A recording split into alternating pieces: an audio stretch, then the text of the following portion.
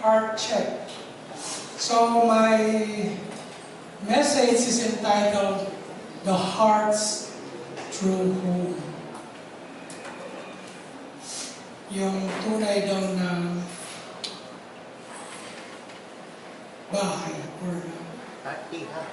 o tahanan ng ating mga puso. But let us pray first. Lord, let the words of my mouth and the meditation of my heart be acceptable in your sight. O Lord, my rock and my redeemer. In your mighty name we pray. Amen. Amen.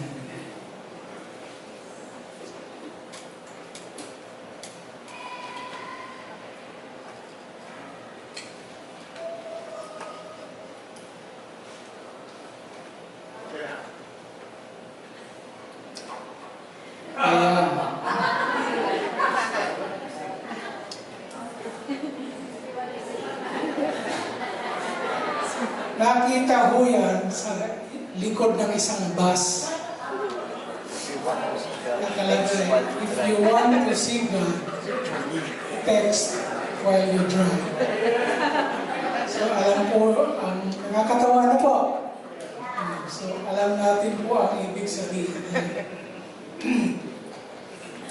While it may be an attempt at humor, meron hong katotohanan doon.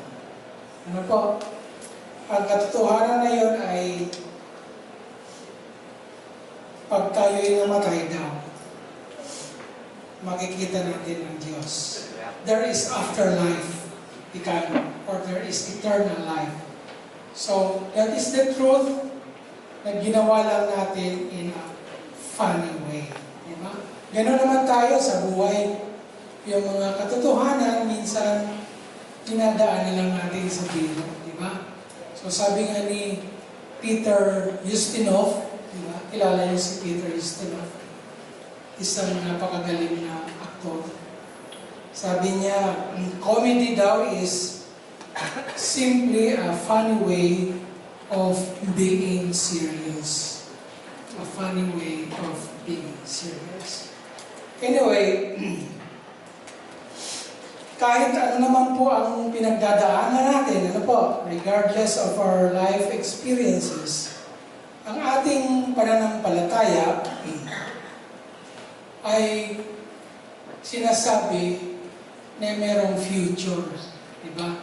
Merong eternal life na lahat ng bagay ay ma-restore. Di po ba? Yan po ang pananampalataya. Yan ang paniniwala natin, no? Umaasa tayo sa buhay na darating na lahat wala ng pain, sabi, di ba? Everything will be fine. Everything will be A1, di ba? Or A-OK. Because we are with the Lord. Sabi, no more tears. Hindi ho yan yung commercial ng Johnson & Johnson. That same faith, yun ang enables our heart to seek its true home. Dahil sa paniniwalang yan, sa pananampalatayang yan, yun ang nagbibigay daan naman sa ating mga puso na hanapin yung kanyang tunay na tahanan. As they always say, home is where the heart is. Diba? Home is where the heart is. Sa tunay na buhay, ano po, lalo kung tayo ay na-discourage o tayo ay nasasaktan, we always think of home, di ba, as the most restful place to be. Di ba? Gusto natin umuwi. Di ba? Kung may mga nararamdaman tayo, gusto natin nasa bahay tayo. Di ba? Meron ba ritong pag may problema, gusto sa kalsada? Puro ho tayo ang iniisip natin, buhay, ano po? So whatever the purpose or occasion, homecoming is always anticipated. No? So kahit anong, di ba? May okasyon man o hindi, yung pag-uwi natin, ina-anticipate natin po lagi yun. Ano po? Gusto natin makauwi, lalo yung may mga probinsya dito, no? Gusto talaga nilang makauwi sa probinsya. In our spiritual journey, homecoming is not to be any different. No? Sa ating spiritual journey, meron homecoming din tayong tinatawag. Naalala ko po nung ako'y estudyante pa ba or early nagtatrabaho na ako.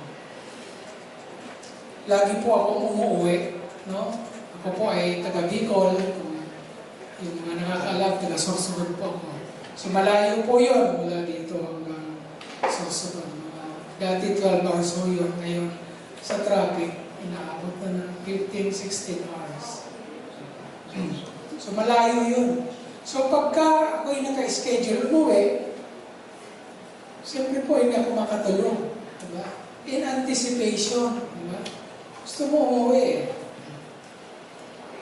Lagi kong naalala na pag-uwi ko, kakain na naman ako ng masarap. Diba? Kasi yung tatay ko magaling magluto. Siya ay nabubuhay. Incidentally, kahapon ho ay kanyang 18th death anniversary. So yun, namimiss ko yun. Lalo sa ngayon, no? Magaling siyang magluto talaga.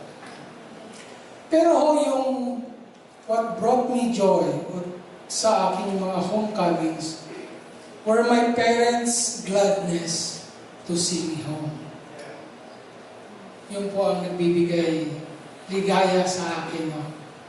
Maliban po doon sa pagkain, yung makita mo yung ngiti ng magulang mo pag-uwi mo. Sapat na ho yun para masulit yung haba ng biyahe. Ano po? Naalala ko po nung yung aking si John, nung huli kaming ang unang inauwi ko sila sa probinsya. I think he was just 5 years old then. No? So, umuwi po kami. First time na nakarating sila ng Bicol. No? Sinama ko po lahat ng aking pamilya. Nung pagdating po namin, ang una pong sumalubong ay yung tatay ko. Hindi ko makalimutan yun. Kahit sinila nakita yun. Nag-iba po ang mukha niya. Makita mo po yung saya niya.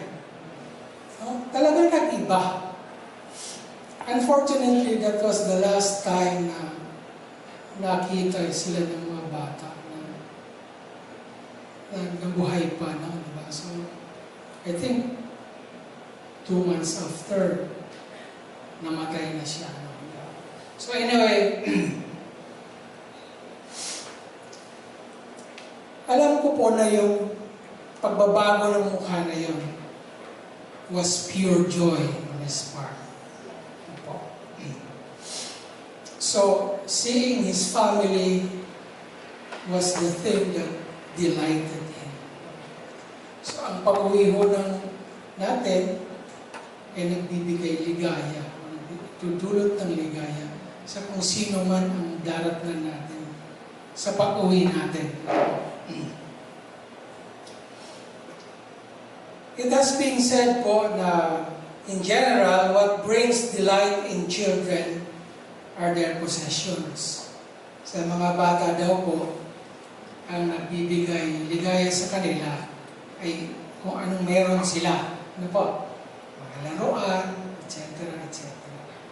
Sa mga teenagers naman, no? Sa mga young ones, ang nagbibigay ligaya naman sa kanila daw ay yung kanilang mga experiences. Tama mo ba yun? Kung ano na experience nila, yun ang ligaya at bibigay sa kanila. They value yung mga experiences nila. Kaya kung saan sila pumupunta, para ma-experience nila yun, what life has to offer. Sa mga adults naman po, they value their character. Mas concerned na ako pagka ikay tumatanda na, mas concerned ka na sa character mo. Tinitingnan mo na, di ba? Ina-anticipate mo na, in some sense na pag alis mo, hindi ka mumurahin. So nagpapakabait ka na. So pagduwaw sa'yo, maraming magandang masasabi ka.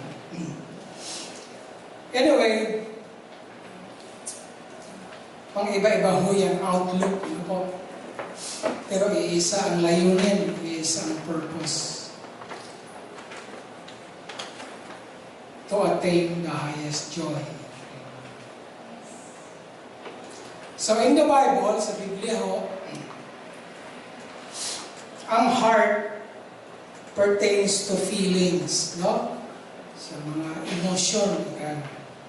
It pertains din sa wish, yung mga desires natin or longings. It pertains to reasons, yung intellectual. And of course, decisions of the will, yung mga judgment or sense of direction na tinatawag. Sa Book of Psalms, kung nagbabasa kayo ng Book of Psalms, napakadami po na examples nito. Ano po?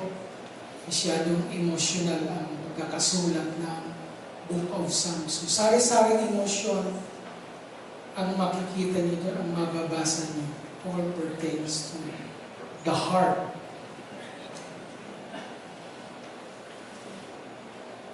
Considering all this, no, we can deduce that our heart represents our inner self or our inner being. Diba? Lahat ito, emosyon, desires, nagko-constitute ng ating pagkatao. So, having said this, we now ask ourselves, is my heart right in the sight of God? Tama ba yung puso ko sa paningin ng Diyos? Balikan po natin yung foundational verse natin. Proverbs 4:23. Sabi dyan, watch over your heart with all diligence, for from it flow the springs of life. Bantayan daw po natin ang ating mga puso dahil iyan ang bukal ng buhay. Alam niyo po ang bukal, hindi ho yung walang buhok. Kalbunod ka. Bukal. Pag nasa probinsya kayo, ang dami niya, makikita niyo yung gumaganon-ganon na lumalabas yung tubig, yung pinagmumulan ng tubig. Pero bukal, kalbo, parehas yun, malinis. Kaya siya tumitingin sa akin.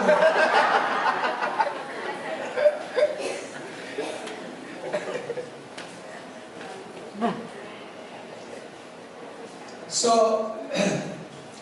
sabi niya, it is the wellspring or the fountainhead of life. Yan na po yung puso natin. And doon nagmumula yung buhay. Ano po?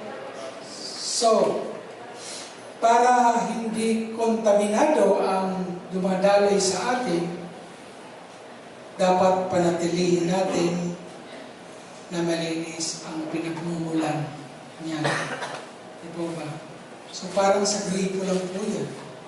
Kapag pagbukas yun ng gripo at madumi, tiyak yung pinagmumulan ay madumi. So dapat, if you want holiness, it should begin in your heart. Well, for out of it, sabi sa Bible, are the issues of life. Diba?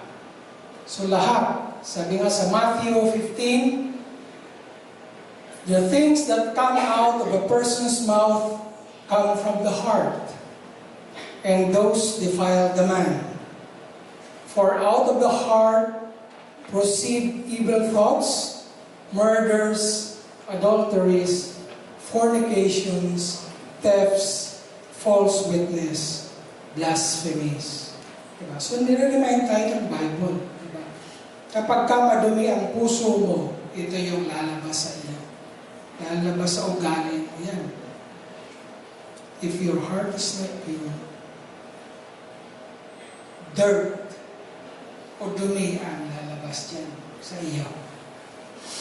Now, how do we ensure that our hearts are right in the sight of God? Number one, have a full heart.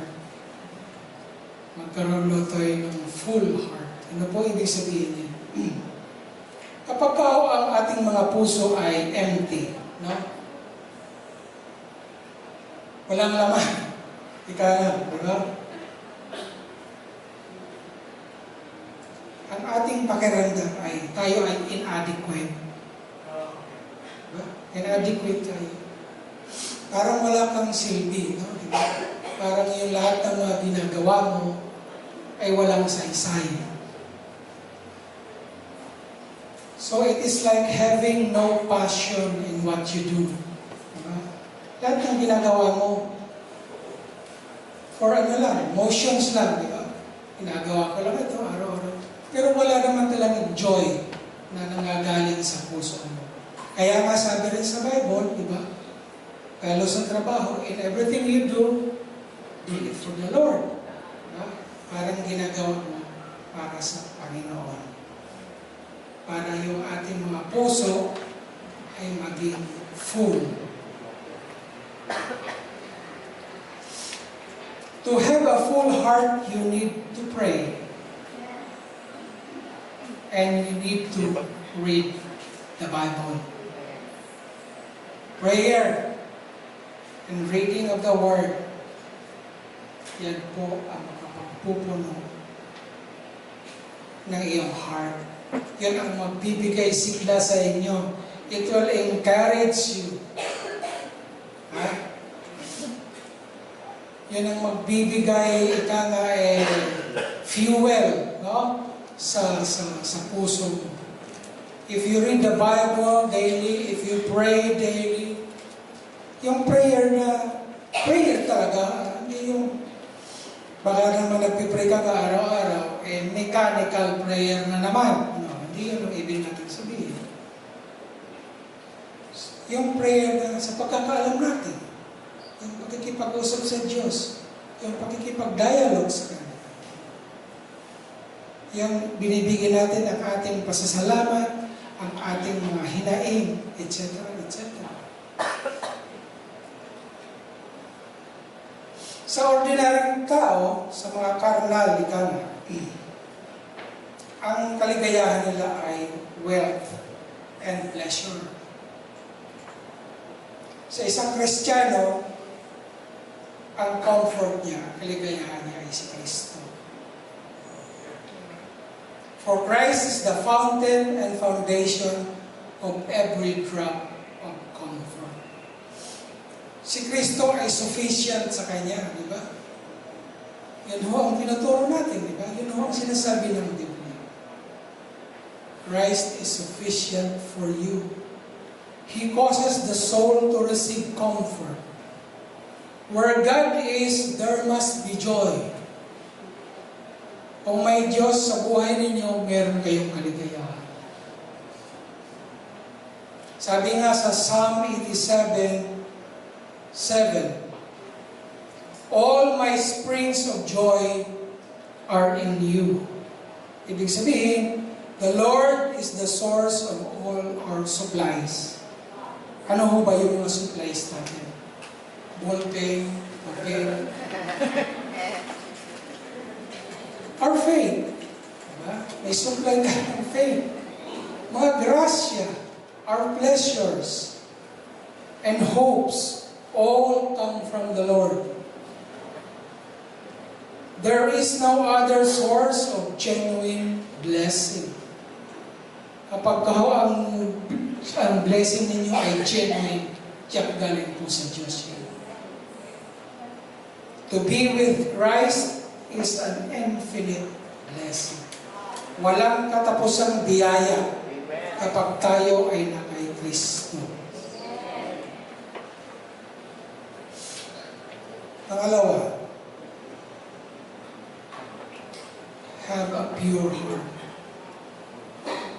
Sabi sa Matthew 5:8, blessed are the pure in heart, for they shall see God. Nasa Beatitudes mo yan, ano po?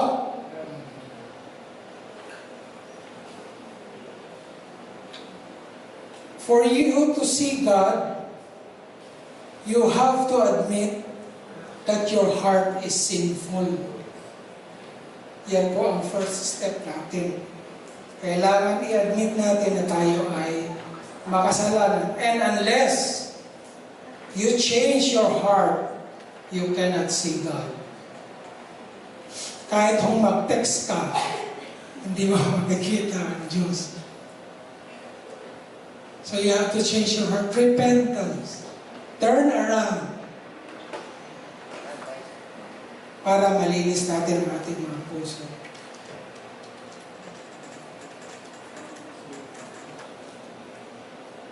Ang pure po in this context, ang ibig sabihin, unmixed. No? Walang halo. Pure, unmixed, unadulterated, ika nga. Diba? Or single. Parang heart ni David. No? Single. Ang ibig sabihin ng single, tumitibok lang yung puso mo para sa Diyos. Lahat ng ginagawa mo para sa Kanya. So, kaya nga si David was after God's own heart. So, lahat. No? Remember that if your heart is not pure, your life cannot be pure. Ang maruming daloy ay manggagaling sa maruming pinagmulan. The unclean stream betrays the fountain. Sa Ingles. The unclean stream betrays the fountain.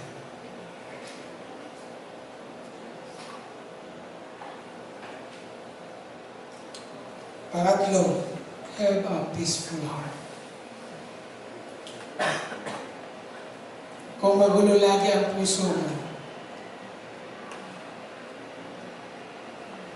kaya ano mangyayari sa buhay mo? So sabi sa Bible again, love one another. Diba? If possible, live peacefully. Sa mga kaaway mo, sa kapitbahay mo, sa lahat ng tao. And of course, ask the Holy Spirit to pacify your heart. Always ask the Holy Spirit. Diba? You cannot do it on your own. Maniwala kayo sa akin. It is only with the interference of the Holy Spirit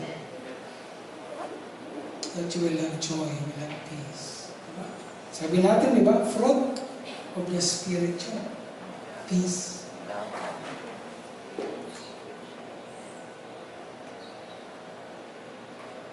And of course, have an undivided heart. Hindi ho pwedeng kalahati sa Diyos, kalahati sa mundo. Sabi sa Bible again, we cannot serve two masters. You cannot give half of your life to Christ and the other half to the world. For practical reasons, your life may not be enough to serve the two. baka ang buhay mo hindi rin kaya pagsilbihan ang dalawa.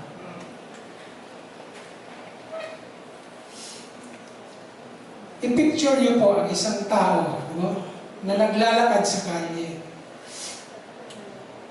Una, dito siya naglalakad, tatawid siya. Doon naman siya sa kabila maglalakad. Tapos tatawid din naman siya. Tatawid din naman siya. Pag ganon-ganon ang lakad niya. Ano ang conclusion niya? Lasing. Diba ba?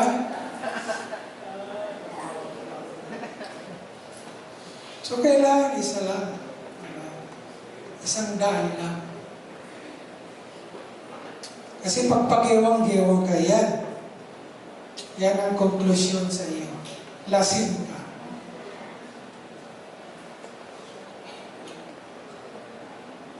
Para rin ho yan sa pananampalataya, ano po?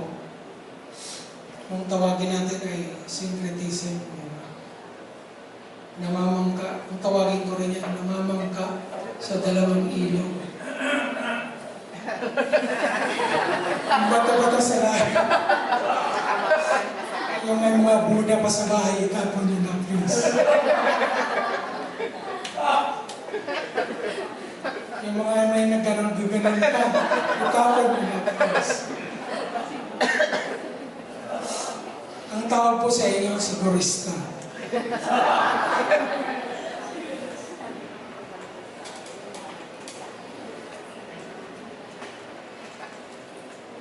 Wala akong nagpagbibigay ng lahat-lahat kundi ang Diyos lang.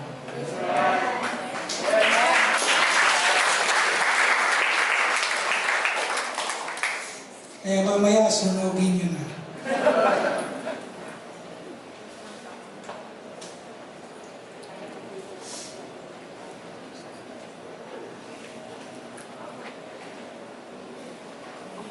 And the last, have a heart full of rich things. Ibig lang sabihin, dapat meron kang puso na willing to share. Dapat hindi ka maramot, hindi ka makuna. You share your story. You share your story of salvation. Katulad kanina kay Pastor Rubis, naman niya yung buhay niya. Countless times, lagi siya nagsishare. Diba? So it inspires you dapat. Na lagi tayo nakakarinig sa mga tao na ganito. Na nababago ang kanilang buhay dahil sa pananampalataya nila sa Diyos. Na hindi sila bumibitaw.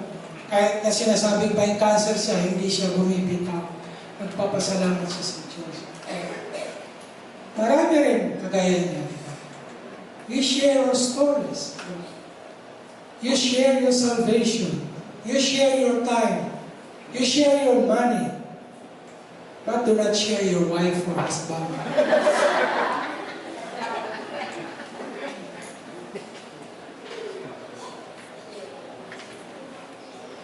You know, our journey as Christians is not only for the present. Hindi yun lang presented. We have a future in God's new heaven and earth. Amen. Yes. We should always be reminded that our main purpose is to glorify God and enjoy Him forever. God created us for His pleasure. He wanted us to see Him and live with Him.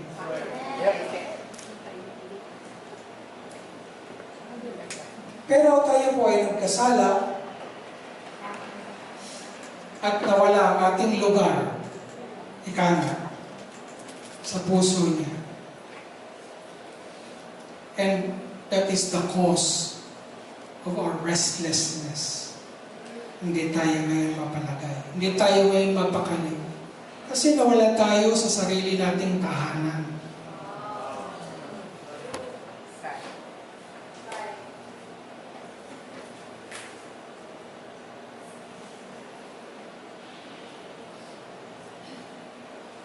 God's work of redemption was meant to bring us back into His fold. Kaya ho siya namatay para maibalik tayo doon sa dapat nating kalagyan.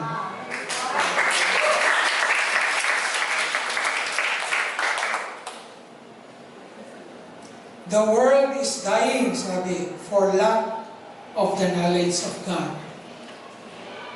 The church hungers for His presence. So kulang pa ang ating work of evangelization. Kulang pa ang ating discipleship. Napakadami ng aanihin.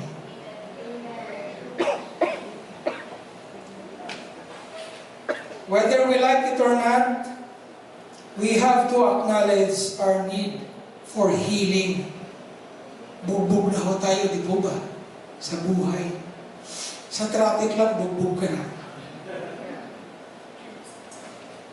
Emotionally, durog-durog na tayo na po. Our hearts have to be transformed by the renewal of our minds. Kahit nakikipaglaban tayo dito sa mundo, ang ating pananampalataya ay nagsasabing hindi dito natatapos ang ating pag-asa. Hindi natin inaasahan na may bibigay ng mundo ang mga bagay na hindi nito kayang ibigay. Katulad halimbawa ng buhay na walang hanggan. Huwag niyong hanapin sa mundo yun. Kasi hindi niya maibibigay yun, yung buhay na walang hanggan. Definitely. Or mga ibang bagay pa. Yung kaligayahan niyo, hindi maibibigay ng mundo. Diba? Lagi natin inuulit sinasabi yan.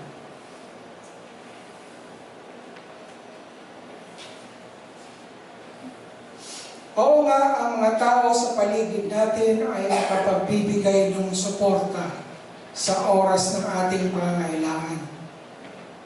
Pero hindi nila kayang mabuo muli ang ating pagkatao.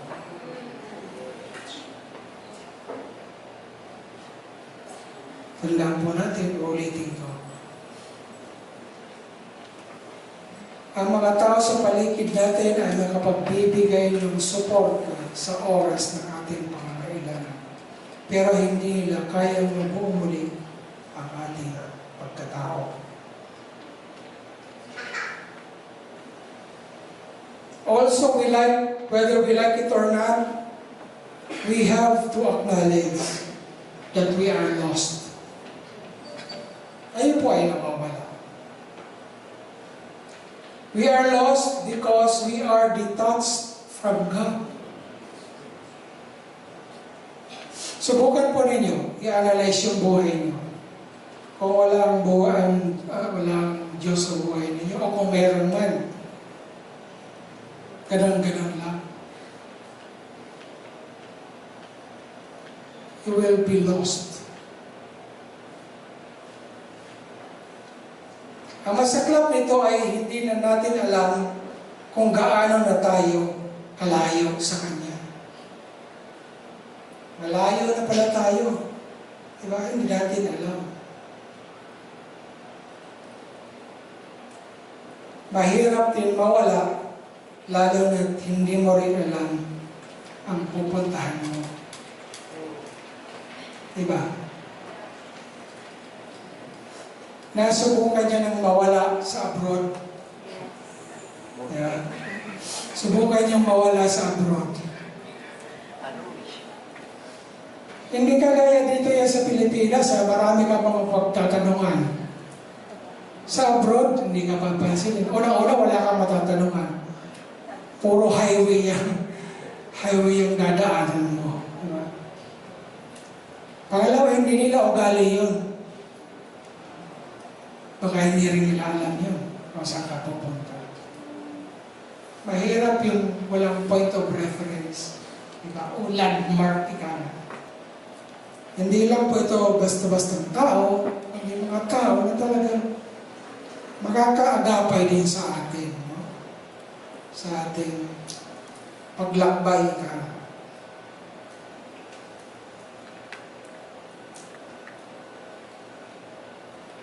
While we may seem to be lost, the good news is that our faith enables us to recover from hopelessness. Hindi naman lahat ng mga nangyari o nangyayari sa buhay natin ay masama. Di po ba? Let us reflect on the positives and make them as the bridge of our continuing faith in God. No matter what we do from here on, we can only rely on the faithfulness of God. Maniwala po tayo sa Diyos, di ba?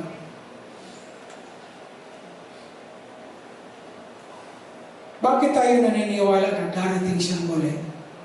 Tanungin ko kayo. Bakit kayo naniniwala na darating siyang muli? Ano ang pinakamagandang rason? Aside from God is faithful. Dumating na siya. Di po ba? First time, dumating na siya. So, darating ulit siya.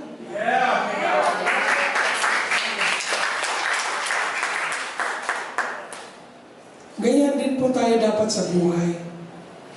Lagi natin alalahanin yung mga biyaya. Kung anong ginawa sa atin. Nagdasal tayo, pinagbigyan tayo, binigay ang kahilingan natin. O kahit hindi binigay ang kahilingan. Kailangan tayo laging nananampalataya na ang Diyos ay faithful sa atin.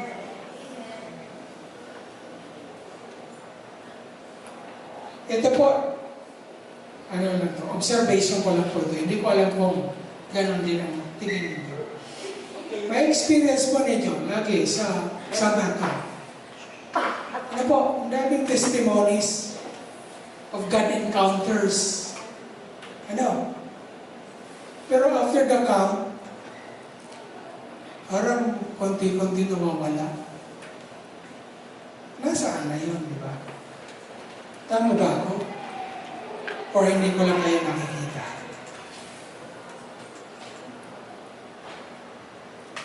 Minsan nga, nabiro ko si Pastor Edison. Sabi ko, Edison, ayoko na magbinyag. Kasi lahat ata ng bininyagan ko dito, hindi ko na nakikita sa simbahan.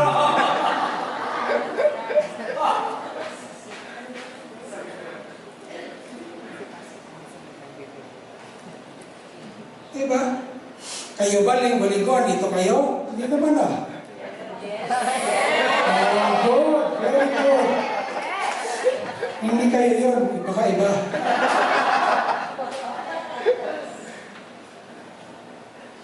Diba? Lagi, nung na-cure ka, na-heal ka, several weeks, nandito ka, magpasalamat ka. After nung pagpasalamat ka na, hindi na kita nakita. Sorry po ha, pero observant lang ako.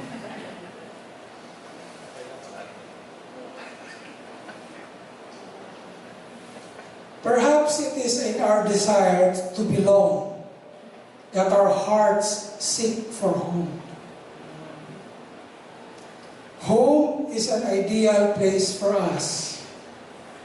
Kahit gaano kagulo, matiwasay ka. At is tayo, di po ba?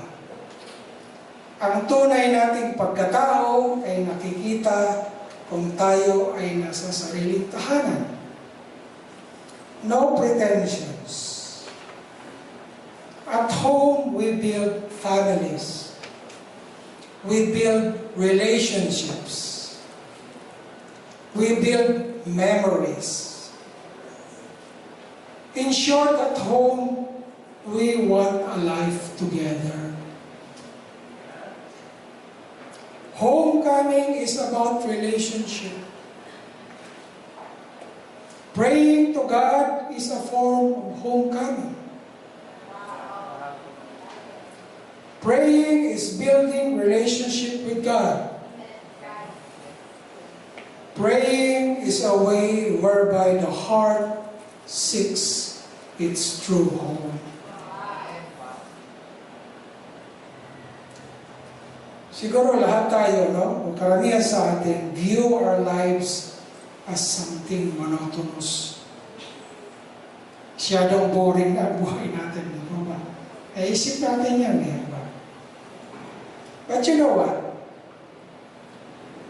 It's only a matter of perspective. The ordinary can be seen as God's blessing to us. Yung ordinary, no? Katulad ng pagising natin sa umaga. Ito ay ordinary. Ito ay routine. Di po ba? Kaya para sa atin, hindi na nga natin pinapansin yan. But it is a gift to us. If we remain thankful and celebrate it with joy, that we wake up every morning, then this routine becomes sacred to us.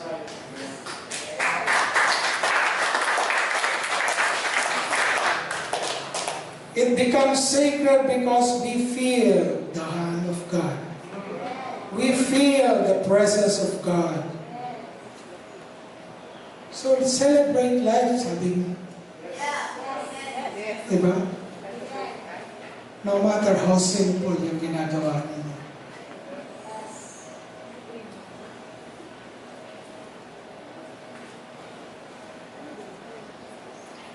This means that even while here on earth, we already experience a glimpse of the things to come. We feel God's power and His presence. Sabi nga, ibang tugtog nga lang, pero siya pa rin ang conductor. Kung hindi kayo naniniwala na ang mga nangyayari sa atin dito sa mundo ay may koneksyon sa eternity, our life on earth will not make any sense to you.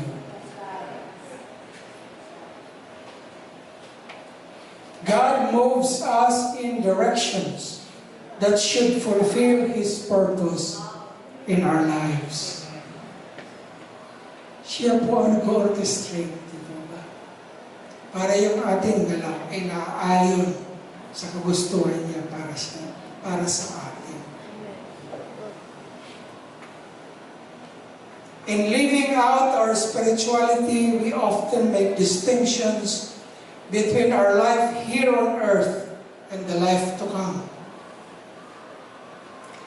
This distinction does not enable us to see the connectedness of life. Lagi nating sinasabi na preparatory stage lamang ang mundo.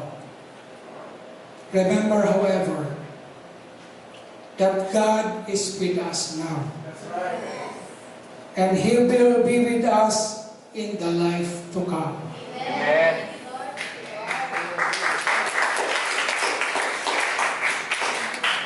Ang kaibahan lang ay makikilala natin siya mabuti. More fully, more clearly in the future. We can celebrate today God's gift of salvation and all the blessings that are bestowed on us. The present, ang pangkasalukuyan, can be a time of homecoming. In closing po, meron po ako kailangan i-share sa inyo na dalawang libro that speak of homecoming and worth sharing po sa inyo. Nabasa ko po itong dalawang libro na ito. I'm trying to recall na kung ano pa yung halagay doon. Ang una ho yung The Confessions of St. Augustine. Nabasa po ba niya? How about the others? Baka ibang confessions ang nababasa niya. O kaya yung X-rated na confessions.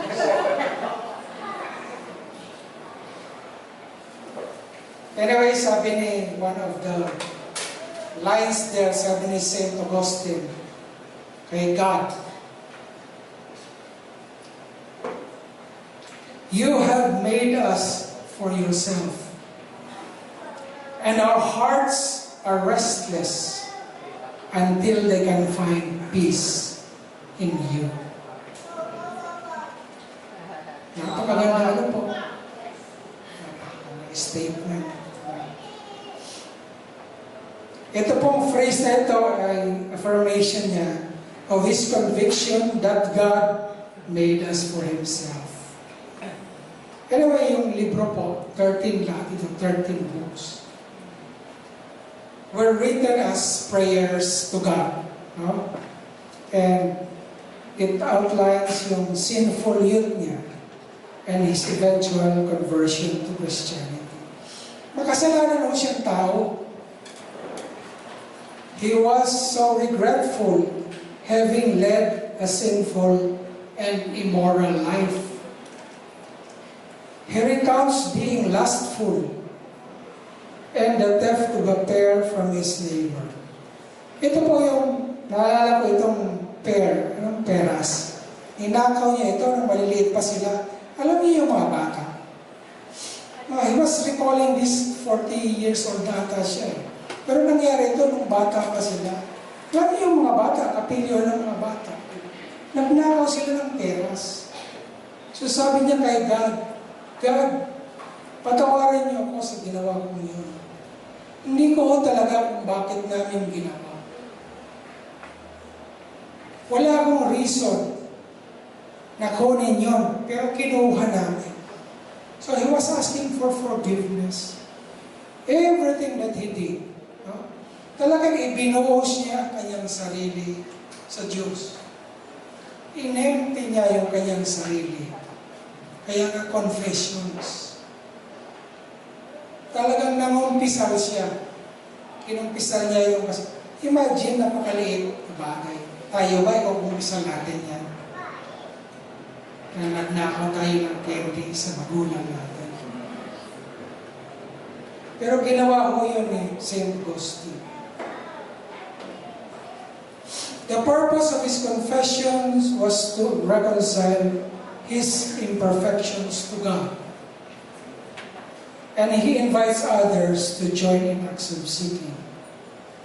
It was his way of finding rest in God's bosom, a homecoming to his Creator. Another book na nire-recommend ako sa inyo is The Return of the Prodigal Son.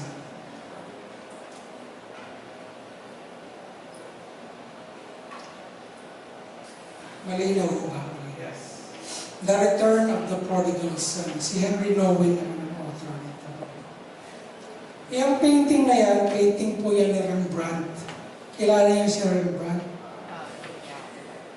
Siyempre, hindi niyo kilala. Si Pablo Gomez lang ang kilala ninyo. Comics.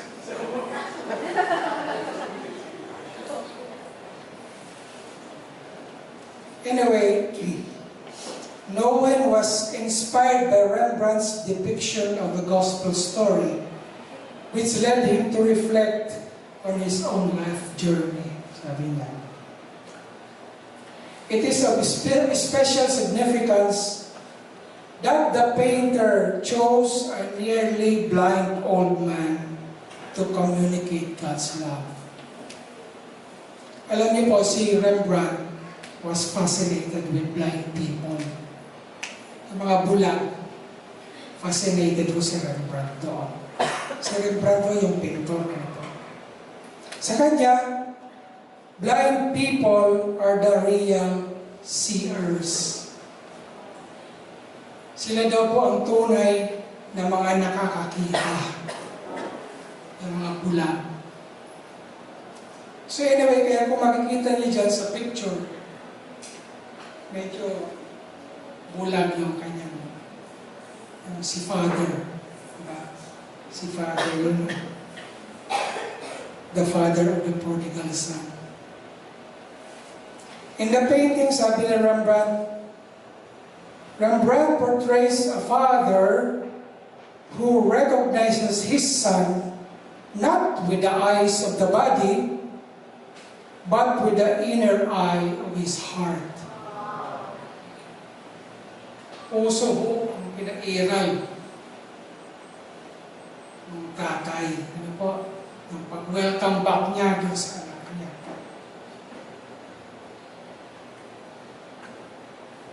The dear blind father sees far and wide. His seeing is an eternal seeing. A seeing that reaches out to all humanity. It is a seeing that understands the lostness of women and men of all times and places, that knows with immense compassion the suffering of those who have chosen to leave home. The heart of the Father burns with an immense desire to bring His children home. Alam naman po natin na istorya ng the prodigal son, ano po? Sa Luke 15. So yan o, yung last scene with the younger son. God has chosen to be a father. He wants His children to be free. And that freedom includes the possibility of their leaving home, going to a distant country, and losing everything. The Father's heart knows all the pain that will come from the choice. But His love makes Him powerless to prevent it. Ganyan ang pagmamahal ng tatay. Ang ating amang Diyos, ano po, sa atin. At kahit tayo ay napapariwara na,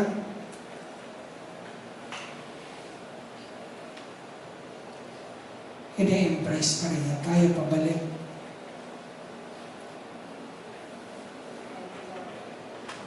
Ang ating pananabik or longing ay hindi natatapos kung kaya't ang ating pagtuklas or finding at pag-uwi or homecoming ay parang walang wakas. Ano po? Kapag ka naghahanap ka po, patuloy ka pa rin naghahanap. Hindi ka naman tumitigil pag may nahanap ka na. Ano po? You try to seek everything possible. In homecoming, everyone realizes that you are known and loved, forgiven, and empowered. That should be enough to have a joy-filled life. Thank you.